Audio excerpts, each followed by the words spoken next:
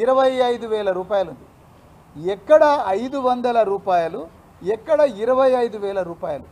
రేవంత్ రెడ్డి, నీకు పేదోళ్ళు వేస్తే ముఖ్యమంత్రి అయినవా, లేకపోతే మెగా కృష్ణారెడ్డి, లేకపోతే ఆ మాజీ ఎంపీ రంజిత్ రెడ్డి, ఆ కోడిగుడ్ల వ్యాపారి ఉన్నాడుగా మాజీ ఎంపీ రంజిత్ రెడ్డి, లేకపోతే జానారెడ్డి చుట్టాలు ఓట్లు వేస్తే ముఖ్యమంత్రి అయినవా?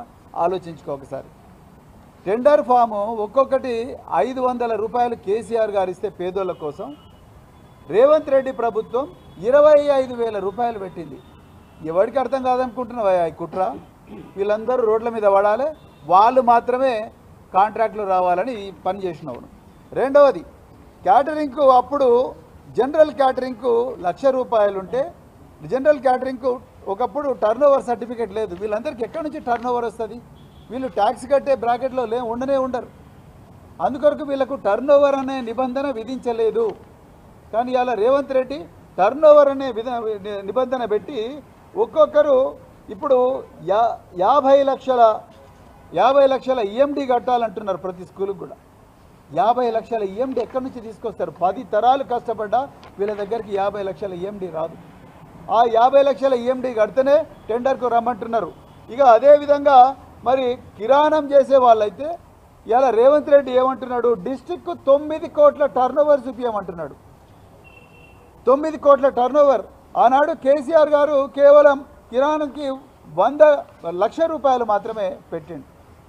కానీ ఇక్కడ 9 కోట్ల టర్నోవర్ చూపించమంటున్నాడు రేవంత్ రెడ్డి. మీరు చూడండి ఎంత అన్యాయమో, ఎంత పేద ప్రజలంటే ఎంత కసి, ఎంత వివక్ష ఉన్నదో ఇప్పుడు అర్థమవుతా ఉన్నది. అదేవిధంగా కేసీఆర్ గారి పాలనలో ఒక్క కాంట్రాక్టర్ 3 స్కూళ్ళ దాకా చేసుకోవచ్చు. అంటే ఒక స్కూలు చేతనైతే ఒక స్కూలు, కూరగాయలు మాత్రమే చేతనైతే కూరగాయలు, లేకపోతే చికెన్ చేతనైతే చికెను, మటన్ చేతనైతే మటను, లేకపోతే కోడిగుడ్లు అంటే కోడిగుడ్లు. కానీ ఇప్పుడు ఆ పరిస్థితి లేదు. ఇప్పుడు మండలాన్ని ఒక యూనిట్ చేసిండ్రు. ఆ మండలంలో ఒక్కడే కాంట్రాక్టర్ ఉండాలంట. ఎట్లా వీలవుతుందంటే వీళ్ళందరూ ఏం కావాలి? ఇక్కడ ఉన్న వాళ్ళందరూ కూడా రెక్కాడితే డొక్కాడిని కుటుంబాల నుంచి వచ్చిన వాళ్ళు. ఇంకా ఇలాంటి వాళ్ళు కనీసం అంటే 20,000 మంది తెలంగాణలో ఉన్నారు. 14వ తారీఖు లాస్ట్ డేట్ అని పెట్టింది. ఎక్కడి నుంచి పోతారు? ఏడుకెళ్ళి తీసుకొస్తారు వీళ్ళు టర్నోవర్. అదేవిధంగా ఒకప్పుడు సొసైటీలలో కూరగాయలకు 30,000 రూపాయలు మాత్రమే టర్నోవర్ చూపించాలని ఈఎండి పెట్టమని అన్నవాళ్ళు 30,000 రూపాయలు. ఇవాళ రేవంత్ రెడ్డి 4 లక్షల నుండి 10 లక్షల రూపాయల టర్నోవర్ కూరగాయలు అమ్ముకునే వ్యాపారాలు చేయమని అంటున్నారు. జీవో 17 ప్రకారం చెప్తా ఉన్నాడు. అదేవిధంగా మటన్కు 30,000 మాత్రమే ఈఎండి పెట్టమన్నారు. ఈఎండి అంటే డిపాజిట్. కేసీఆర్ గారు వీళ్ళెంత పెట్టమంటున్నారు? 75,000 పెట్టమంటున్నారు మటన్. చికెన్కు మటన్కు 75,000 పెట్టమంటున్నారు. అదేవిధంగా ఇంకో గొప్ప విషయం, కేసీఆర్ గారు ఎస్సీ ఎస్టీలకు 40% రాయితీ, 40% ఈఎండిలో రాయితీ ఇచ్చిండు. కానీ అలా రేవంత్ రెడ్డి ఆ రాయితీని తీసేసిండు. మల్లికార్జున ఖర్గే నిద్రపోతున్నావా స్వామి నువ్వు? ఇక్కడ ఎస్సీ ఎస్టీ వర్గానికి చెందిన వాళ్ళు 5 మంత్రులను పెట్టినా అన్నాడు రేవంత్ రెడ్డి. మేము 5 మందిని మంత్రులను చేసినాం. 4 మంత్రులు, ఒక స్పీకర్ ఎస్సీ వర్గానికే చెందిన వాడైనా. డిప్యూటీ సీఎం ఎస్సీని అంటున్నాడు, దామోదర్ రాజనరసింహ ఎస్సీ అంటున్నాడు, వివేకానంద్ ఎస్సీ అంటున్నాడు. అదేవిధంగా ఇంకా సీతక్క ఎస్టీ అంటా ఉన్నారు. అదేవిధంగా లక్ష్మణ్ కుమార్ ఎస్సీ అంటా ఉన్నారు. కానీ ఇలా ఈ 1,000 కోట్ల రూపాయల కాంట్రాక్టుల్లో ఎస్సీ ఎస్టీలకు దౌర్జన్యంగా రాయితీ తీసేసిండ్రు. మన నిద్రపోతున్నారు 5 మంది. ఎక్కడ పోయిండు గౌరవ స్పీకర్ గారు? ఎక్కడ పోయిండు 4 మంత్రులు? ఎక్కడ పోయిండు డిప్యూటీ సీఎం? బంగ్లాలు ఉంటున్నాడు కదా. ఆ బంగ్లా ప్రజాభవనిగో ప్రజలందరూ ఇక్కడ ఉన్నారు, నువ్వు మాత్రం బంగ్లాలు ఉన్నావు. అది జరుగుతున్నది ఇక్కడ స్టోరీ. నువ్వు మాత్రం బంగ్లాలో సుఖంగా ఉన్నావు. ప్రజలందరూ కూడా నీకు ఓట్లు వేసిన ప్రజలు రోడ్ల మీద పడ్డారు. వీళ్లకు రాయితీ తీసేసిండు. ఎక్కడ పోయింది మీ చేవేళ్ళ డిక్లరేషన్? చేవేళ్ళ డిక్లరేషన్లో మల్లికార్జున ఖర్గే ఏం చెప్పిండు? ఎస్సీ ఎస్టీలకు అన్ని కాంట్రాక్టుల్లో 20%, 25% రిజర్వేషన్ ఇస్తున్నావు. నీ రిజర్వేషన్ ఎక్కడ పోయిందో కానీ ఇప్పుడు వాళ్ళ నోటికాడ కూడు తీసేసినావు రేవంత్ రెడ్డి. చేవేళ్ళ సాక్షిగా నోటికాడ కూడు తీసేసినావు. అదేవిధంగా సెక్యూరిటీ డిపాజిట్, అప్పుడు కేసీఆర్ గారి పాలనలో సెక్యూరిటీ డిపాజిట్ లేదు, కానీ ఇప్పుడు సెక్యూరిటీ డిపాజిట్ కూడా పెట్టమంటున్నారు. ఇక కోడిగుడ్లదైతే ఈ దేశ చరిత్రలోనే పెద్ద కుంభకోణం ఈ రేవంత్ రెడ్డి ప్రభుత్వ కోడిగుడ్ల కుంభకోణం. కేసీఆర్ గారి పాలనలో ఒక గుడ్డు ఒక కోడిగుడ్డు ఒక్కొక్కటి 50 గ్రాముల నుంచి 60 గ్రాములు ఉండాలని చెప్పి నిబంధన విధించేవారు. అదేవిధంగా ఈ కోడిగుడ్డు రేటు మార్కెట్ రేటుకు 30 పైసలు ఎక్కువ ఇచ్చేవాళ్ళు. మార్కెట్లో 5 రూపాయలు ఉంటే ఒక గుడ్డు 5 రూపాయల 30 పైసలు, లేకపోతే 40 పైసలు. అదేవిధంగా సగటున ఒక్కొక్క గుడ్డు విలువ 5 రూపాయల నుంచి 5 రూపాయల 50 పైసలు, అంటే 5.5 రూపాయల వరకు ఉండేది. కానీ రేవంత్ రెడ్డి ఏం చేసిండారు, కానీ ఇది అందరు వినాలి తెలంగాణ ప్రజలు.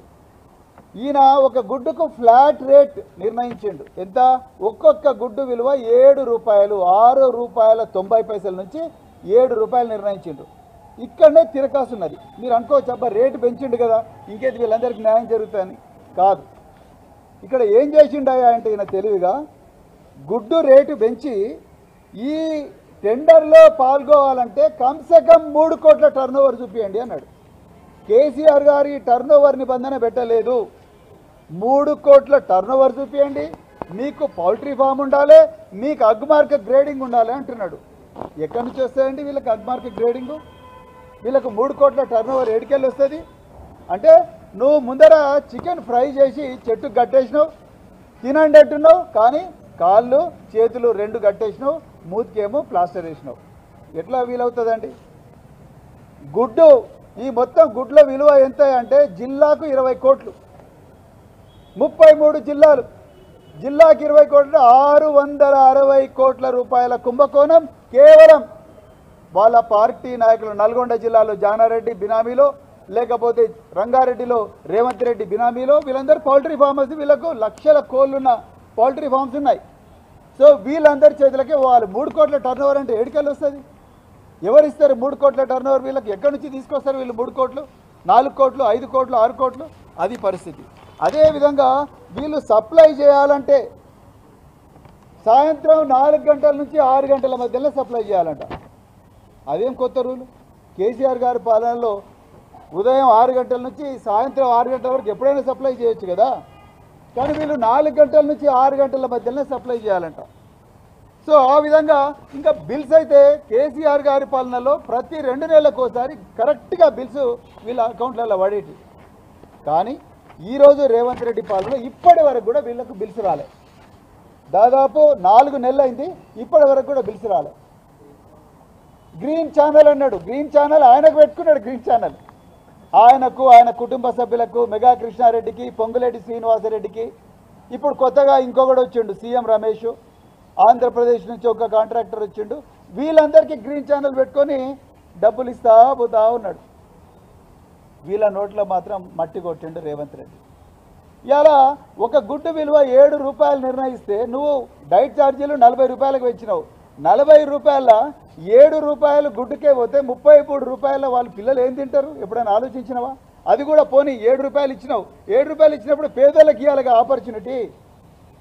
పేదోళ్ళకి ఇవ్వకుండా జీవో 17 తీసుకొచ్చి మొత్తం కూడా బడా వ్యాపారస్తులు వచ్చేటట్టుగానే ఇలా ప్లాన్ చేసిండే రేవంత్ రెడ్డి. అదేవిధంగా మరి అసిస్టెంట్ కేర్టేకర్లు తీసేసిండు. అసిస్టెంట్ కేర్టేకర్లు ఉంటే ఈ కాంట్రాక్టర్లు ఎలాంటి కార్యక్రమాలు చేస్తున్నారు, ఎలాంటి క్వాలిటీ విషయాలు తీసుకొస్తా ఉన్నారు, ఎలాంటి క్వాలిటీ వస్తువులు తీసుకొస్తా ఉన్నారు, చెడిపోయిన వస్తువులు ఉంటే వెనక్కి పంపించడానికి, పర్యవేక్షించడానికి అసిస్టెంట్ కేర్టేకర్ ఉండేవాడు. ఆ అసిస్టెంట్ కేర్టేకర్లో 300 మంది అసిస్టెంట్ కేర్టేకర్లు సోషల్ వెల్ఫేర్లో తీసేసింది. ఇలా ఈ జీవో 17 ఒక్క రోజన్నా మీ అందరితో మాట్లాడిండానయ్యా? మీ జీవో తీసుకొచ్చినప్పుడు ఒక్క రోజు కూడా మాట్లాడలేదు. మీతో మాట్లాడిండా రేవంత్ రెడ్డి? పోనీ సెక్రటరీలు ఎవరైనా మాట్లాడిందా? మినిస్టర్లు ఎవరైనా మాట్లాడిందా? ఎవ్వరూ మాట్లాడలేదు. కాంట్రాక్టర్లు 20,000 మంది కాంట్రాక్టర్లు, వాళ్ళతో మాట్లాడలేదు. అదేవిధంగా విద్యార్థులతో మాట్లాడలేదు, విద్యార్థుల తల్లిదండ్రులతో మాట్లాడలేదు.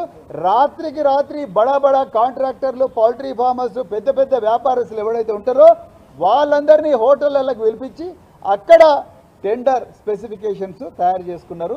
పేదోళ్ళు రాకుండా చూసిండ్రు. ఇంకొక ఘోరమైన విషయం, నేను బ్యూరోక్రసీలో పనిచేసిన ఒక ఆఫీసర్గా సిగ్గుతో తల వంచుకోవాల్సిన పరిస్థితి ఏంటంటే, కొన్ని జిల్లాల్లో కలెక్టర్లు నాకెంత కమిషన్ ఇస్తావని చెప్పి పెద్ద పెద్ద వ్యాపారస్తులను అడుగుతూ ఉన్నారు, పేదోళ్ళను కూడా అడుగుతూ ఉన్నారు. కలెక్టర్లు, అడిషనల్ కలెక్టర్లు మాకు నీకు ఇంత కాంట్రాక్ట్ వస్తుంది కదా, నీకు 5 కోట్ల కాంట్రాక్ట్ వస్తుంది కదా, ఇవాళ మాకెంత కమిషన్ ఇస్తావని అడుగుతున్నారని చాలామంది కాంట్రాక్టర్లు మాతో చెప్తా ఉన్నారు. నేను ముఖ్యమంత్రి గారిని అడుగుతున్నా, ముఖ్యమంత్రి గారు మీరు ఇదేనా నేర్పిస్తున్నది మీ జిల్లా పాలనా అధికారులకు, మీ జిల్లా అడిషనల్ కలెక్టర్లకు ఇదేనా నేర్పిస్తున్నది? కేసీఆర్ గారి హయాంలో ఒక్కొక్కరు గజగజ వనుక్కుంటా పనిచేసిండ్రు కదా, ఇదేనా మీరు నేర్పిస్తున్నది? ఇంత ఘోరమైన కరప్షన్ ఉంటే ఎట్లా? అదనపు కలెక్టర్లు, జాయింట్ కలెక్టర్లు ఒక్కొక్కరు మాకు ఇంత కాంట్రాక్ట్ వచ్చింది కదా తీసుకో, ఇలా పేదలను ఎట్లా రాణిస్తలేరు. అతి కష్టం మీద ఎవరైనా టెండర్కు క్వాలిఫై అయితే ఆ క్వాలిఫై అయిన వాళ్ళని కూడా నువ్వు నిజంగా క్వాలిఫై అయినవు నీకు వస్తుంది టెండర్ అని చెప్పడానికి లేదు. లాటరీ తీస్తారంట, వైన్ షాప్ టెండర్లు తీసినట్టు లాటరీ తీస్తారంట. ఎక్కడ పోతారండి వీళ్ళు? ఏ విధంగా 4 కోట్ల 5 కోట్ల టర్న్ ఓవర్ తీసుకొస్తారు? సో ఈ విధమైన ఘోరమైన నేరాలు ఈరోజు జరుగుతూ ఉన్నాయి ఈ సోషల్ వెల్ఫేర్లో. ఇంకొక ముఖ్యమైన విషయం, ఈ కోడిగుడ్డు కేసీఆర్ గారి పాలనలో 50 గ్రాముల నుంచి 60 గ్రాములు ఉంటే రేవంత్ రెడ్డి తెలివిగా ఈ బడా వ్యాపారస్తులకు వాళ్ళ పార్టీ వాళ్ళకు లాభం జరగాలని ఒక్కొక్క గుడ్డు బరువు 42 గ్రాముల నుంచి 50 గ్రాములకు తగ్గించండి. 42 నుంచి 50 గ్రాముల వరకు ఉండాలి. కేసీఆర్ గారు ఏమో 60 గ్రాములు అని చెప్పి ఉంటే 50 గ్రాములకే తగ్గించండి. 50 గ్రాములకు తగ్గించి రేటు పెంచి టర్న్ ఓవర్ పెంచి వీళ్ళందరూ రాకుండా చూసిండు. అంటే వీళ్ళ గేట్లు వేసేసిండు, బ్యారియర్లు పెట్టేసిండు. వీళ్ళెవ్వరు కూడా కాంట్రాక్ట్లో పాల్గొనే పరిస్థితి లేదు. మేము మళ్ళీ ఒక్కటే డిమాండ్ చేస్తున్నాం బీఆర్ఎస్ పార్టీ నుంచి, కేసీఆర్ గారు ఆ 10 సంవత్సరాలలో పేదోళ్ళందరూ కూడా సంపన్నులు కావాలని కలగన్నాడు, తన చేతినంత కాడికి చేసిండు. రేవంత్ రెడ్డి ధనవంతులు మరింత ధనవంతులు కావాలని పేదోళ్ళ పొట్ట కొడతా ఉన్నాడు, పిల్లల పొట్ట కొడతా ఉన్నాడు. 103 మంది పిల్లలు చచ్చిపోయినారు. ఎన్నో విషాహార సంఘటనలు. తల్లిదండ్రులను స్కూళ్ళకి రాణిస్తలేదు. ఈ ఘోరాలు, ఈ నేరాలు, ఈ దొంగతనాలన్నీ తెలుస్తాయని అధికారులేమో ఏసీ రూమ్లలో కూర్చొని బడా కాంట్రాక్టర్లతో మిలాఖతై వాళ్ళ దగ్గర నుంచి కమిషన్లు తీసుకుంటా వీళ్ళందరినీ కూడా ఎవరిని రానివ్వడం లేదు. ఇది కోడిగుడ్ల కుంభకోణం ఒకటే కాదు, కూరగాయల కుంభకోణం నడుస్తూ ఉన్నది. రేపు మటన్ చికెన్ కుంభకోణం కూడా కాబోతున్నది. అదేవిధంగా కిరాణా సరుకుల కుంభకోణం కూడా కాబోతున్నది. ఈ కుంభకోణ ప్రభుత్వాన్ని గద్దెదించాలని చెప్పి తెలంగాణ ప్రజలను మేము రిక్వెస్ట్ చేస్తూ ఉన్నాం.